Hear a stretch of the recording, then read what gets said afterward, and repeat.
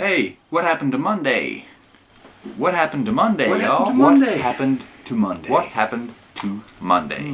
What happened to Monday? Happened? What happened to Monday?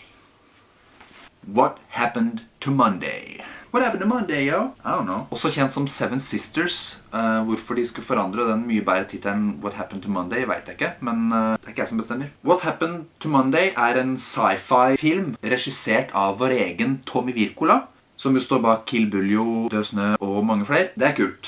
Nordmenn i Hollywood liker alltid. Hans og Grete-filmen også. 50-60 år frem i tid har det blitt global ettbarnspolitikk. Altså det er ikke lov å ha mer enn en unge. Hvis du har flere så blir de snatcha bort. Men vi følger en søskengjeng på 7 søsken, eller det vil si skjulinger, som bor i skjul. Ulovlig. Passet på av det jeg tror var bestefaren, Willem Dafoe. Og de har navn etter ukedagene. De har lov til å gå ut en dag i uka hver, fordi at de skal være den samme personen. Som du kanskje skjønner fra titelen, så skjer det noe med Monday. Noomi Rapace spiller altså alle 7 søskene, så 7 roller her. Og jeg må si, det er ganske så sømløst gjort, altså. Jeg tenkte lite over at det var hun som spilte alle 7. Godt gjort av både redigeringa, triksinga og av hun. De har forskjellige hår, forskjellige personligheter og så videre, så helt like er de jo ikke. Av og til så var jeg liksom sånn her, oi shit, det er hun som spiller alle, ja.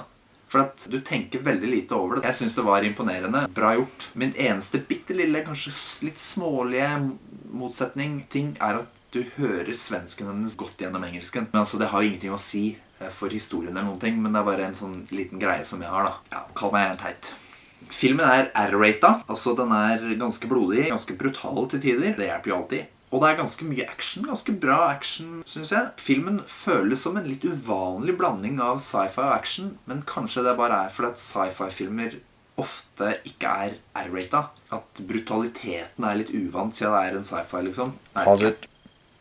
Jeg vil bare få skyte inn. En ting jeg likte godt her er hvordan de har fremstilt framtidsteknologien. Du har ikke de der superteite hologramtullet. Sånn der, wow, I don't need this.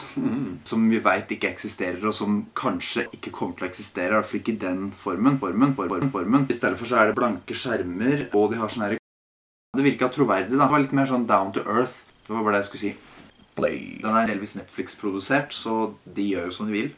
Og godt er det. Ja, filmen tar noen lettvinte løsninger her og der. Du vil nok finne noen plotthøl hvis du leiter. Jeg leiter ikke akkurat etter det, så plotthøl det bryr meg veldig sjeldent noe særlig. Men det er en og annen ting som gjør at du får en litt sånn lettbeint følelse, samtidig som at filmen overhodet ikke er lettbeint egentlig. Den er ganske fæl på noen måter, eller på flere måter egentlig. Jeg vil gi en liten shoutout til Paul Sverre Hagen fra Valkyrien, som er med litt her. Han gjorde en ganske god jobb med engelsken sin, synes jeg. Du hører det ikke så veldig godt. Det er jo bra. Jeg tror jeg telte 4 nordmenn i alt, i små roller strødd rundt omkring. Jeg sjekket på IMDb, det er langt flere faktisk, men nå vet ikke jeg akkurat hvordan alle norske skuespillere ser ut da. Ja, det er litt morsomt å se, og det er alltid koselig med nordmenn i internasjonale ting. Jeg synes jevnt over filmen ser bra ut, kan få anelsen at det er ikke det største budsjettet liksom, men det er lite som egentlig gir det bort altså.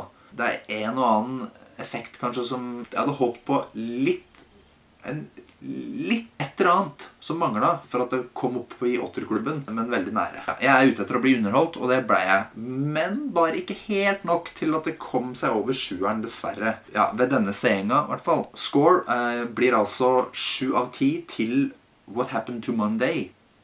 Ok, kommenter, abonnere, like eller dislike. Har du sett What Happened to Monday? Har du tenkt å se den? Tell me about it!